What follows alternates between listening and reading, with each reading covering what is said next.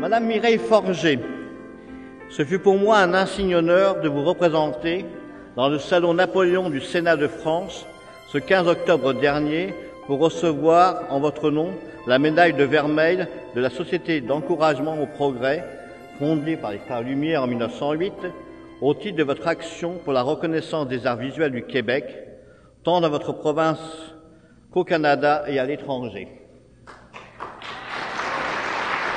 Mireille, vous êtes un résumé du Québec, de racines multiculturelles, poitevines, abénaquis et italiennes. Vous avez eu une enfance mouvementée et difficile en lien avec l'histoire du Québec, mais la richesse de vos origines vous a permis de les surmonter.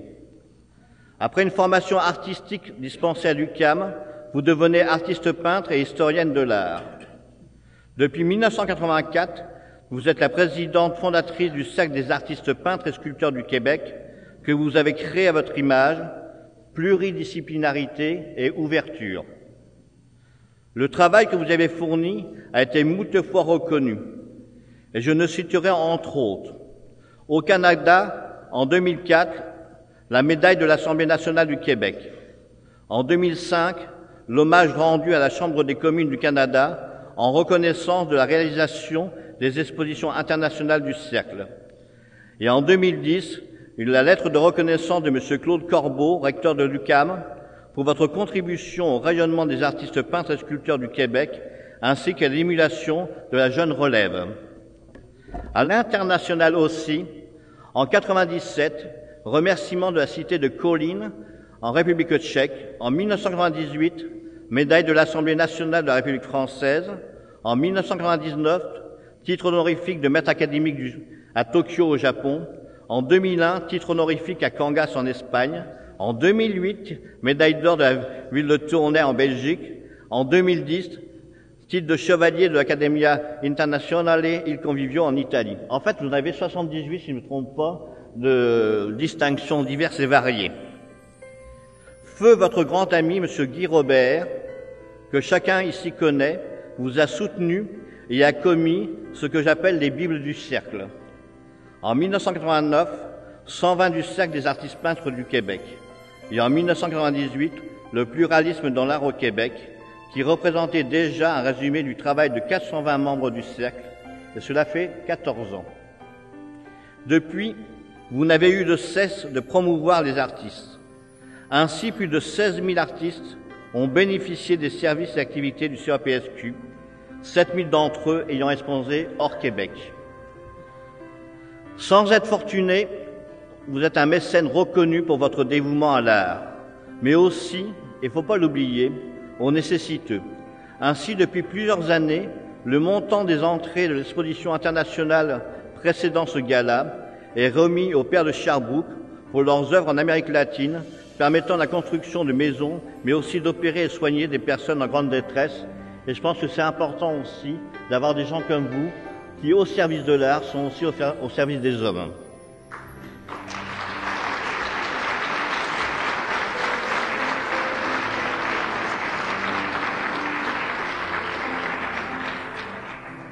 Si au départ, votre bébé, le Cercle, a travaillé sur le Québec, très vite, vous avez voulu ouvrir l'art plastique de votre province sur la scène internationale, en commençant par les autres provinces du Canada, puis la Belgique, l'Espagne, les États-Unis, la France et ses territoires d'outre-mer, la Guadeloupe, parce que la Guadeloupe est française, Mireille, c'est pas un pays étranger pour les Français. Je sais, mais il parle bien français aussi. L'Italie, les Pays-Bas, le Portugal, la République tchèque, la Tunisie.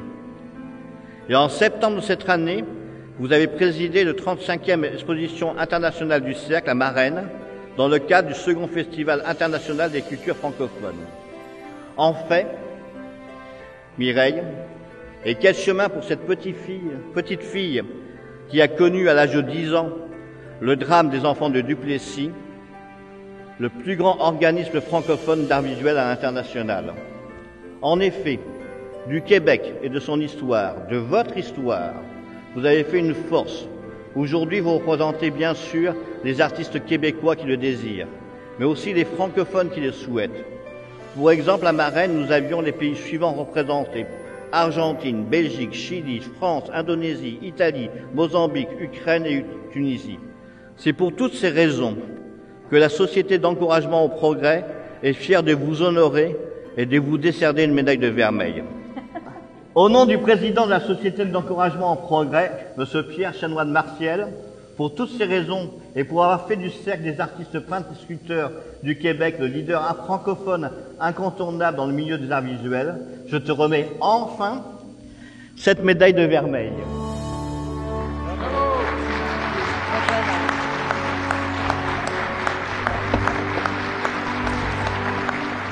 Et je demanderai à monsieur...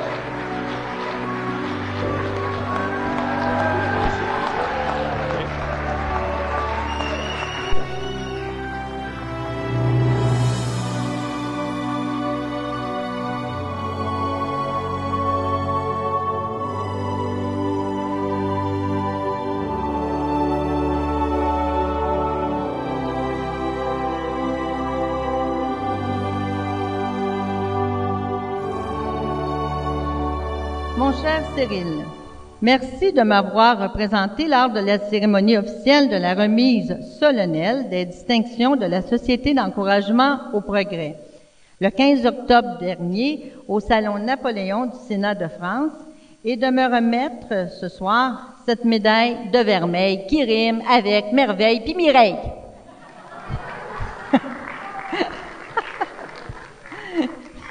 Coudonc, on peut faire un poème avec ça, hein, c'est vrai.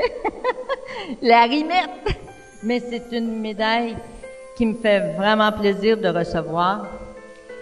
Et je vous l'ai dit, c'est grâce aussi à vous tous.